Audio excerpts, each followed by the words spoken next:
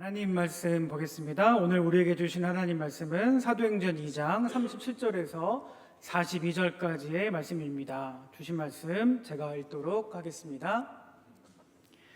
그들이 이 말을 듣고 마음에 찔려 베드로와 다른 사도들에게 물어 이르되 형제들아 우리가 어찌할꼬 하거늘 베드로가 이르되 너희가 회개하여 각각 예수 그리스도의 이름으로 세례를 받고 죄의 사함을 받으라. 그리하면 성령의 선물을 받으리니 이 약속은 너희와 너희 자녀와 모든 먼데 사람 곧 주 우리 하나님이 얼마든지 부르시는 자들에게 하신 것이라 하고 또 여러 말로 확증하며 관하여 이르되 너희가 이 폐역한 세대에서 구원을 받으라 하니 그 말을 받은 사람들은 세례를 받음에 이날에 신도의 수가 3,000이나 더하더라. 그들이 사도의 가르침을 받아 서로 교제하고 떡을 떼며 오로지 기도하기를 힘쓰니라. 아멘.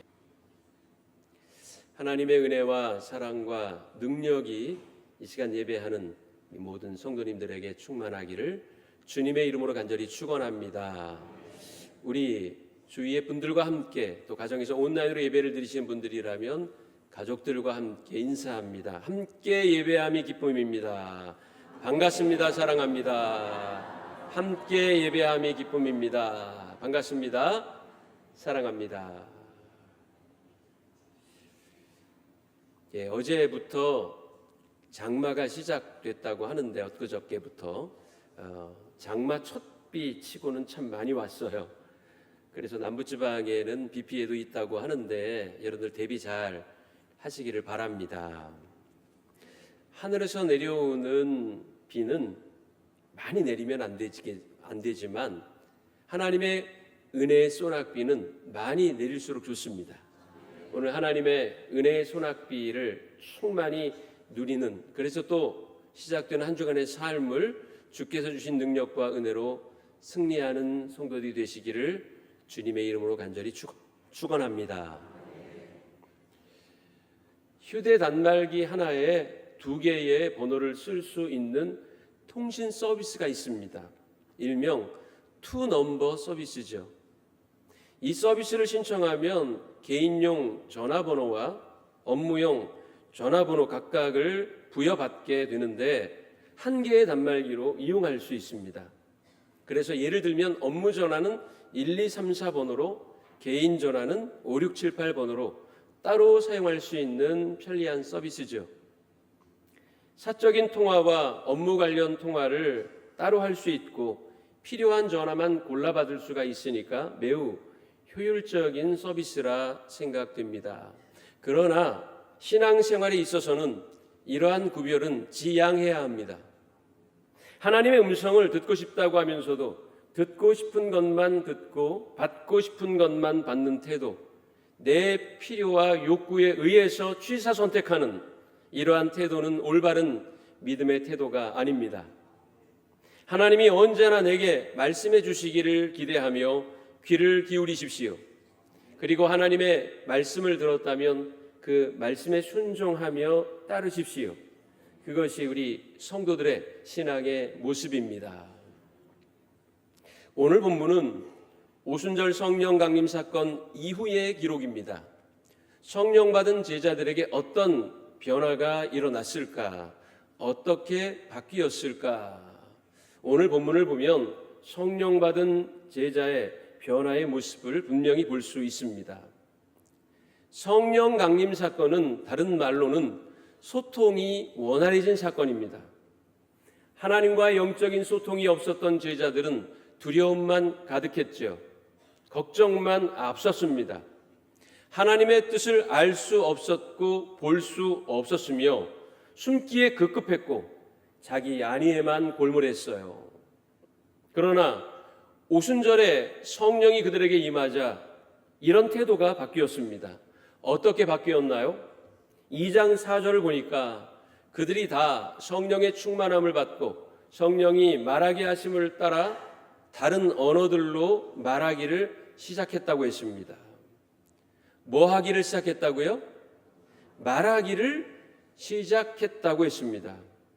그런데 그냥 말이 아닌 다른 언어로 말하기를 시작했다는 겁니다. 여기서 주목해야 할 건 따로 있습니다. 그것은 다른 언어, 즉 그들이 한 번도 사용해 보지 않는 외국어로 말하게 되었다는 신비로움보다 더 중요한 건 그 앞에 있는 표현입니다. 성령이 말하게 하심을 따라라는 표현입니다. 이게 가장 중요합니다. 다른 언어들로 말하기를 시작했다는 것도 굉장히 신기한 일이죠. 적어도 15개국 이상의 사람들이 각기 자기들의 언어로 사도들이 말하는 것을 알아들었다고 했으니 얼마나 신기한 일입니까? 매우 놀라운 일이지요. 그러나 사실 더 놀라운 건 성령이 말하게 하심을 따라 하나님의 큰 일을 말하게 되었다는 겁니다. 이것이 이 구절에서 우리가 주목해 보아야 할 부분입니다. 사도행전 2장 11절에 이렇게 나옵니다. 그레데인과 아바리아인들이라 우리가 다 우리의 각 언어로 하나님의 큰 일을 말함을 듣는도다. 외국어를 말하게 된 건 분명 신기한 현상이지만 그것이 다라면, 그것만이라면 무슨 의미가 있겠느냐는 겁니다. 중요한 건 제자들이 성령을 받은 후 방언의 역사가 나타난 게 특별한 것은 그들이 자기들의 말이 아니라 인간적인 욕심과 바람에 의한 말이 아니라 자기들을 변호하고 변명하고자 하는 말이 아니라 하나님의 큰 일을 말하게 되었다는 데 있습니다. 따라해 봅시다. 하나님의 큰 일을 말함. 그것이 중요하다는 겁니다. 제자들은 이전에 한 번도 하나님의 큰 일을 말한 적이 없어요. 다 자기 말만 했습니다. 제자 중 서열상 내가 높은 이유에 대해 주장하기 바빴고 부정적으로 말하는 데 바빴습니다. 한 여인의 아름다운 향유 헌신을 두고도 차라리 현금으로 바꿔서 가난한 사람들에게 나눠주는 것이 더 낫다고 비판하기에 바빴고 나사렛 예수를 아느냐는 여종의 질문에 나는 절대로 모른다고 부인하기에 바빴습니다. 다 자기 생각뿐이었고 다 자기 야망만 가득했습니다. 하나님의 큰 일은 생각해 보지도 않았고 말한 적도 없었어요. 그런데 성령을 받은 후에 그게 달라진 겁니다. 그들이 하나님의 큰 일을 말하게 되었다는 거예요. 자기들의 일, 자기들의 야망, 자기들의 꿈이 아닌 하나님의 큰 일, 하나님의 꿈, 하나님의 비전을 말하게 되었습니다. 이것이 정말 놀라운 일입니다. 아들을 유학 보내고 많은 돈을 들여서 공부를 시켰습니다. 외국에서 공부를 마치고 박사학위를 받은 후에 아들이 국내로 들어와서 좋은 스펙과 언어 능력을 인정받아서 외국계 회사에 좋은 회사에 취직했습니다. 그런데 이 아들이 부모에 대해서는 그리 소홀할 수 없었어요. 혼자 독립해서 사는데 한 달이 가도 부모를 찾아오지도 않고 전화 한 통 없습니다. 가까스로 전화 연결이 되면 바빠서 그랬다는 변명만 하기 일쑤입니다. 바빠서 그러느니 하고 넘기려고 해도 부모의 마음이 서운한 것은 어쩔 수 없나 봅니다. 쓸 거 쓰지 않고 먹고 싶은 것도 참아가며 많은 돈을 들여서 외국 유학을 시켰더니 부모의 은혜를 모르는 것 같아 마음이 조금 서운합니다. 그러던 어느 날 아들이 철이 들었어요. 포항제철에 다녀왔나 봐요. 아는 분만 웃을 수 있습니다. 아들이 철이 들었어요. 내가 부모님께 너무 무심했구나. 엄마 아빠는 드시고 싶은 것 참아가면서 나에게 모든 돈을 들여 공부를 시켜 주었는데 그래서 내가 성공했는데 이렇게 부모님께 불효막심한 아들이 되었다니 하고는 회개했습니다. 그래서 당장 엄마에게 전화를 거는 거예요. 엄마, 아들이야.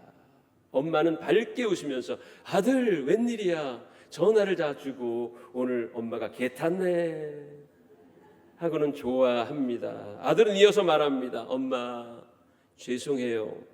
전화도 자주 안 하고 찾아뵙지도 않고 제가 너무 무심했어요. 앞으로는 전화도 자주 드리고 그리고 집도 자주 찾아갈게요. 저에게 모든 것 희생해 주시고 저를 유학 보내주셔서 제가 이렇게 성공했으니 너무 감사해요. 엄마는 아들의 말에 이렇게 대답합니다. 아니야, 너 바쁜 거 다 알고 있어. 엄마 서운하지 않아. 오늘 이렇게 전화 줘서 참 고마워 아들, 사랑해 아들.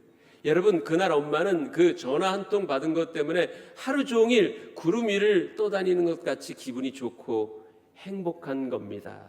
엄마를 행복하게 하는 건 아들의 스펙이나 좋은 직장 취직했다는 것만이 아니라 엄마, 아빠에 대한 고마움을 알고 엄마, 아빠를 사랑한다는 것, 그 아들의 마음을 아는 게 엄마, 아빠는 더 행복한 겁니다.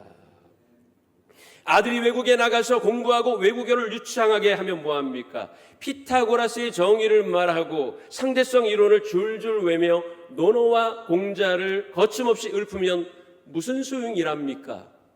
엄마 아빠 연애도 모르고 감사하다고 말씀드리기는커녕 전화도 없는데 말이지요. 부모의 사랑은 당연한 거라 여기면서 부모를 위한 최소한의 예의도 갖추지 못했다면 그 사람을 정말 훌륭하다, 성공했다 말할 수 있을까요? 여러분, 하나님의 뜻하고는 정반대로 가던 제자들이 예수 그리스도께서 하시고자 했던 일에는 조금의 관심도 없던 제자들이, 자기들의 꿈만 따랐던 제자들이, 자기들의 말만 장황하게 늘어놓았던 제자들이 이제는 하나님의 큰 일이 무엇인지를 알고 그 하나님의 큰 일을 말하게 되었다는 것입니다. 이것이 사실 오순절에 제자들이 받은 방언 은사의 더 큰 의미입니다. 저는 조금 천천히 가는 스타일이에요. 원래 성격도 느긋한 편이지만 목회하면서 급하게 하다가 문제가 되는 경우를 왕왕 보게 되었습니다. 그렇기 때문에 저는 좀 심사숙고하고 결정이 좀 늦더라도 모든 사람이 합의하여 함께 가는 것을 추구하는 편입니다. 제 아내는 이런 제가 가끔 답답한가 봐요. 그런데 생각해 보면 뭐가 그리 급합니까? 빨리 가는 게 중요합니까? 안전하게 가는 게 중요합니까? 안전하게 가는 게 더 중요합니다. 물론 안전하게 빨리 갈 수 있으면 금상첨화겠지만 둘 중에 하나를 고르라면 저는 지체 없이 안전하게 가는 편을 택할 겁니다. 여기 이제 최현수 권사님 계신데 부산을 3시간 만에 가야 할 일이 생겼어요. 그래서 김영현 권사님이 200km를 밟습니다. 그러면 우리 최현수 권사님 옆에서 오빠 달려! 너무 좋아! 그럴까요? 아마 꼬집고 난리가 날 겁니다. 속도 안 줄여? 이렇게 빨리 가다가 사고 나면 어떻게 하려고 그래? 분명히 그럴 겁니다. 200km를 달려 부산을 3시간 만에 주파하는 게 중요한 게 아니라 안전히 가는 게 더 중요합니다. 목회는 주님의 일을 하는 거예요. 신앙생활은 하나님의 일을 하는 것입니다. 내 일을 하는 게 아니에요. 하나님의 큰 일이 무엇인지를 알고 그 일을 성취하기 위한 발걸음이 신앙의 발걸음입니다. 밥도 급하게 먹으면 체하죠. 교회에서 갈등이 생기고 분열이 생기는 가장 큰 원인은 다 자기 얘기만 해서 그래요. 하나님 이야기는 온데간데 없어지고 다 자기 주장만 난무합니다. 그게 받아들여지지 않으면 기분이 나쁜 거예요. 내 의견대로, 내 묘수대로 빨리빨리 진행을 하면 교회가 부흥될 텐데 하는 생각만 가지지 다른 사람의 말을 경청하고 다른 사람의 말도 옳을 수 있다는 것을 인정을 하지 않기 때문에 불편함이 생기고 싸움이 생겨나는 것입니다.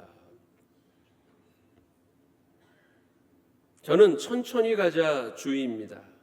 교회 현안에 대해 기획위원회에서 장로님들과 회의할 때 때로는 서로 의견이 다를 수 있지요. 그러면 그때 결정하지 않고 우리 한 주간 기도해보고 다음 주에 다시 의논하면 어떻습니까? 하고는 다음 주로 미루는 거예요. 다음 주에 또 논의를 해봐도 합의가 안 돼요. 그러면 또 다음 주로 미루고 함께 기도하는 거지요. 장로님들과 개인적으로 전화도 하고 함께 만나서 이야기도 하면서 합의를 도출합니다. 그리고 모든 장로님들이 한 마음이 되었을 때 교회 일을 해야 문제가 안 됩니다. 여러분들도 담임 목사와 장로님들이 서로 갈등하고 싸운다면 마치 엄마 아빠가 매일 싸우는 것을 보는 불안한 자녀처럼 여러분들도 불안하겠지요. 여러분, 교회는 옳고 그름을 나누는 법정이 아닙니다. 옳고 그름을 나누는 순간 교회는 깨집니다.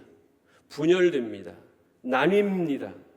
교회는, 저는 그래서 목회를 할 때 교회는, 성도는 모두 옳다는 전제를 바탕으로 그 옳은 의견들 가운데 좀 더 효율적인 게 뭘까를 찾아가는 게 저는 목회라고 생각합니다. 여러분, 선교회에서도 그렇게 하십시오. 각 부서에서도 그렇게 하십시오. 모두 옳습니다. 그러나 그 옳은 의견 가운데 조금 효율적이고 좀 더 좋은 의견이 있을 수 있으니 이것을 위해서 마음을 합해 가십시오. 그러면 교회가 평안합니다. 싸움을 방지할 수 있습니다. 우리는 항상 이런 전제를 가지고 대해야 됩니다. 따라해 보겠습니다. 하나님의 기뻐하심이 뭘까? 이것을 항상 생각하면 문제가 다 해결되는 거예요. 내가 기분 좋은 편을 택하는 게 아니라, 내가 옳은 쪽을 택하는 것이 아니라 하나님이 기뻐하시는 게 뭘까를 생각하면 모든 문제는 다 해결이 됩니다.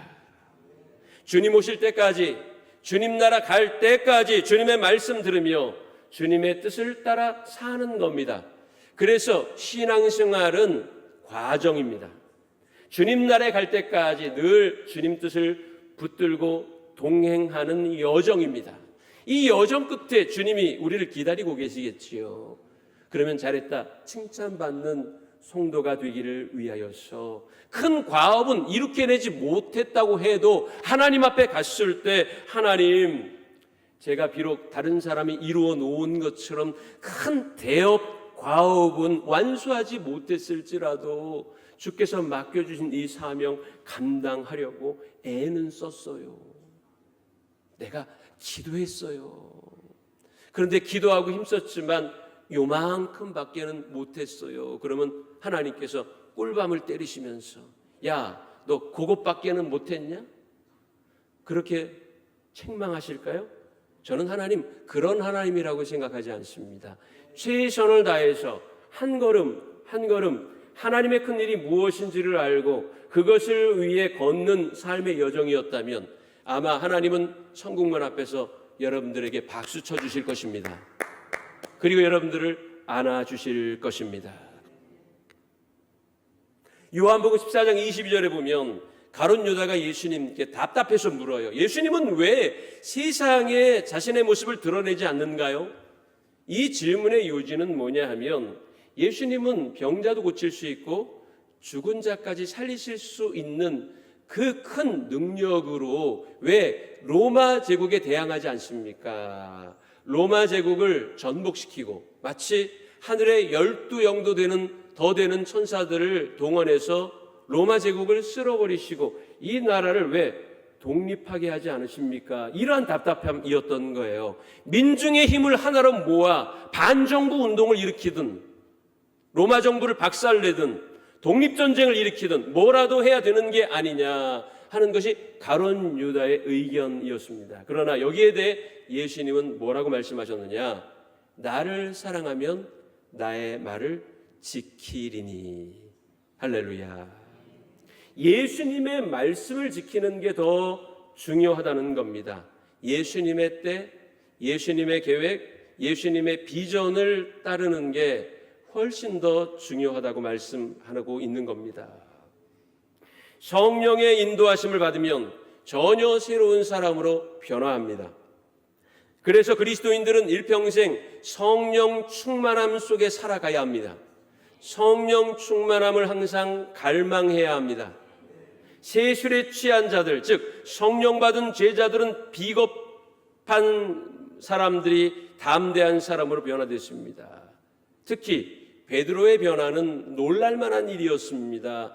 여종의 물음에도 예수님을 부인했던 베드로라고는 상상하지 못할 만큼 용기 백배하여서 대중 앞에 설교하기 시작했고, 그 한편의 설교로 수천 명이 회개하고 주님께 돌아오는 역사가 일어나게 된 줄로 믿습니다.